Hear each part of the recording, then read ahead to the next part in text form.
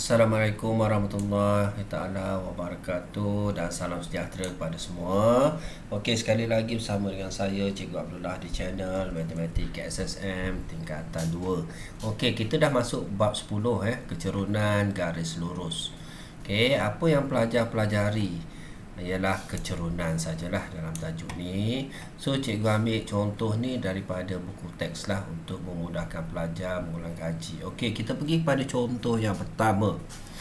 Okey, apa yang dimaksudkan dengan kecerunan lah. Okey, perhatikan rajah di sebelah, bandingkan arah kecondongan dan kecuraman MN, okey, dan KL. Okey, buat satu kesimpulan daripada kedua-dua rajah. Okey, so kita tengok dekat sini garisan MN ni, okey, sudut dia 30 darjah. So cikgu conteng, so M, okey, NM, okey, sudut dia 30 darjah.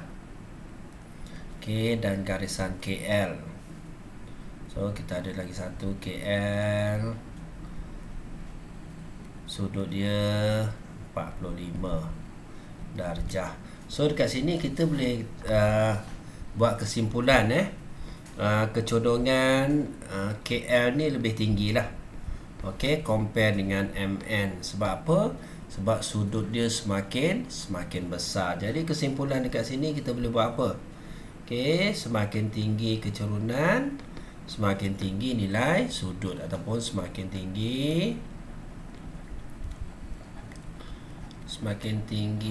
sudut ataupun semakin besar sudut semakin tinggi kecerunan.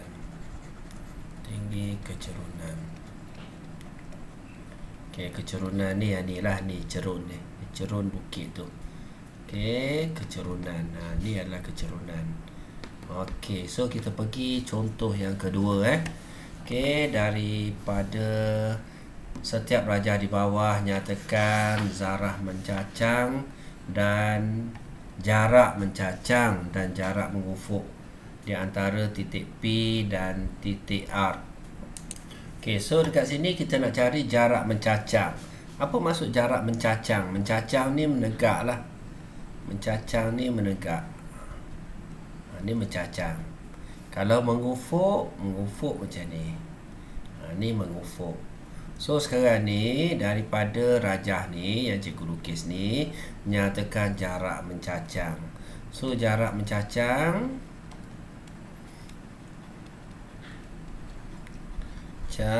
so cikgu ambil warna lain. Ni jarak mencacang, menegak lah. So berapa jarak dia? 2 meter So kita boleh tulis PQ sama dengan 2 meter.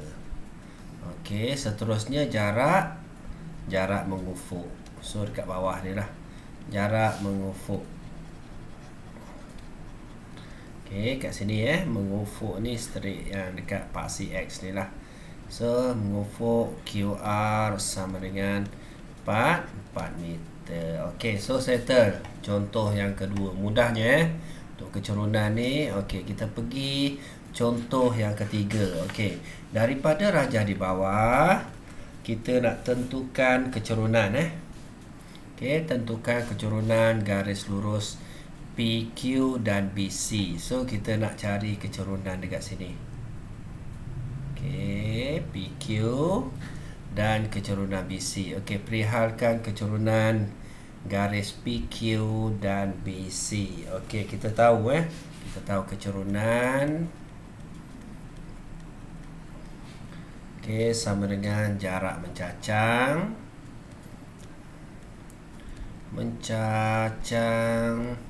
bahagi dengan jarak mengufuk.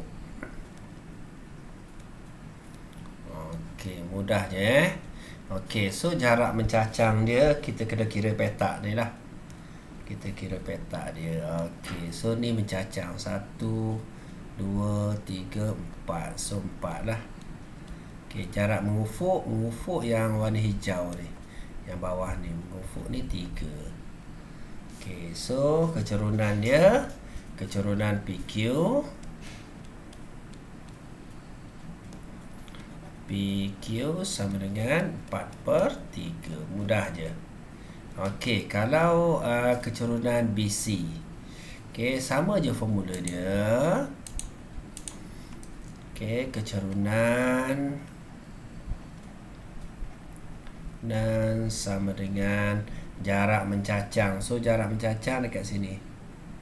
Mencacang so 2 bagi dengan jarak mengufuk 3. So keturunan dia, keturunan kena tulislah, keturunan BC sama dengan 2/3. Mudah je keturunan.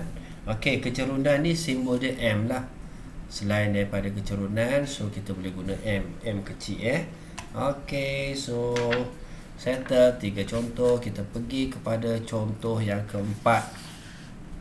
Okey, contoh yang keempat. Tentukan keturunan bagi pasangan koordinat yang berikut.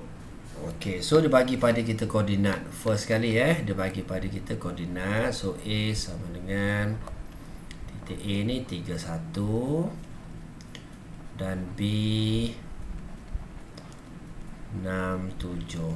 Okey, jadi kita nak cari keturunan menggunakan formula lah. So formula keturunan ataupun kita guna M M sama dengan Y2 tolak Y1 per X2 tolak X1. Ni adalah keturunan lah. Ni pelajar kena tahu. Okay, first kali bila kita dapat 2 titik, so kita ada titik A dan titik B. So kita label lah X1 Y1, X2 Y2. So keturunan ataupun kita guna M lah, senang keturunan Y2 tolak Y1 per X2 tolak X1. So Y2 dia berapa? 7 tolak Y1 dia 1 lah, per X2 dia 6 tolak 3.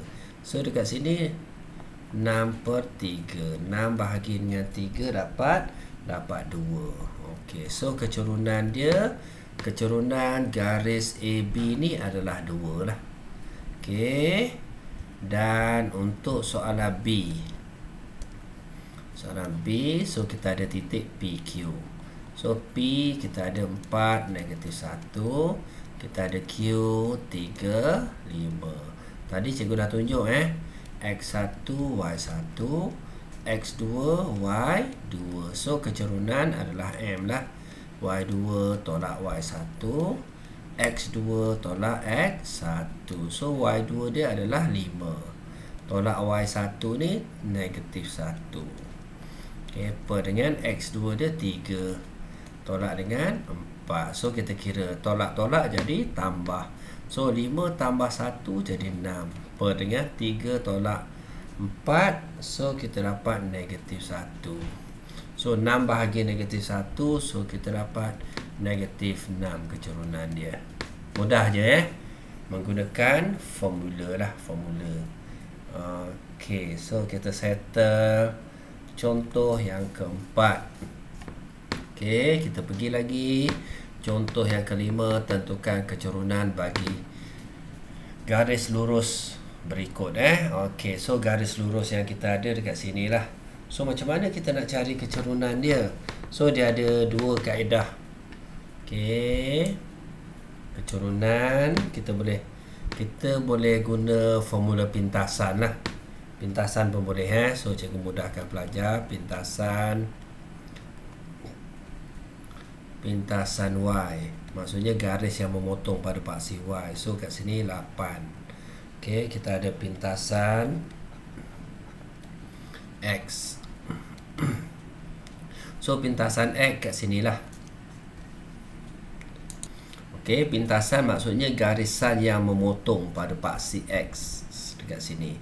So kita dapat -5. Okey, so formula keturunan M sama dengan negatif dia ada negatif kat sini.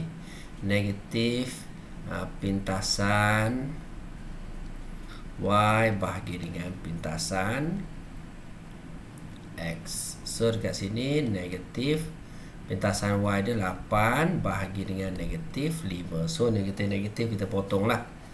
Atas dengan bawah ni negatif potong. So kita dapat 8/5. Ni adalah kecurunan dia. Okey, yang ni kalau kita nak guna formula pintasan lah. Okey, selain daripada tu, pelajar boleh guna juga formula formula. So first kali pelajar kena tahulah titik ni, koordinat kat sini berapa? 0, 08.